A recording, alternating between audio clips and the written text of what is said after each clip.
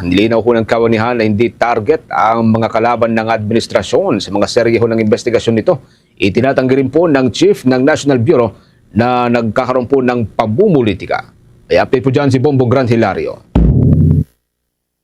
Nilinaw ng National Bureau of Investigation na hindi nito target pagtuunan ng pansin ang mga kumakalaban o tutol sa kasalukuyang administrasyon ni Pangulong Ferdinand Bongbong Marcos Jr. Ayon kay Director Attorney Melvin Matibag ng Kawanihan, hindi sila namumulitika sa mga kaso o operasyon isa na sagawa ng naturang ahensya. Kanyang ibinida ang 182 na matagumpay na operasyon ng National Bureau of Investigation na siyang nakasampa na bilang kaso upang mapanagot ang dapat panagutin.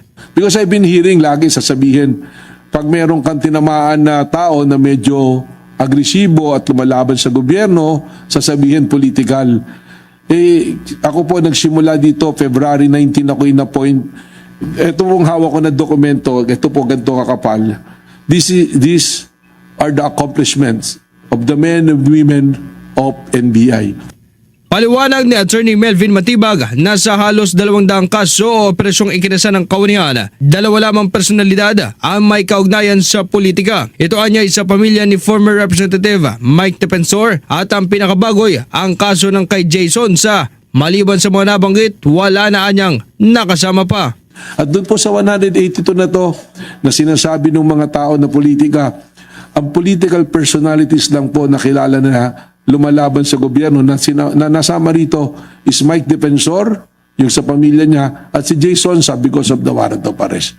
Samantala, kaugnay sa pagkilos ng mga otoridad, hinimok ni Supreme Court Associate Justice Maria Filomena Singh ang mga babaeng pulis na tumayo at maging boses para sa karapatan ng mga kababaihan at tumulong sa pagbabago ng imahe ng kapulisan. Sa isinagawang aktibidad ng National Police Commission at Police Regional Office 4A at Kamakilan, kanyang kinilala ang mahalagang papel ng kababaihan sa paghubog at pagpapanibago sa pagpapatupad ng batas. Binigyang pagkilala rin ang mahalagang papel ng kababaihan, partikular sa paghubog ng mga anak kung kaya't ibinahagi ang pag-aalala sa nakakaalarmang pagdami sa kasong rape, biktima ay kabilang mga bata. Kung kaya't hamon niya sa mga babaeng pulis na labanan ang katiwalian at maging muka ng pagbabago sa imahe ng pambansang pulisya. Sa kabila nito, naniniwala naman ang ilang civic society groups na ang Philippine National Police sa ilalim ni Chief Melencio Sirnatates Jr. na patuloy ang aksyong ginagawa para labanan ang krimen sa bansa. Ayon kay Dr. Jose Goycia, Chairman Emeritus ng Alyansa ng Bantay sa Kapayapaan at Demokrasya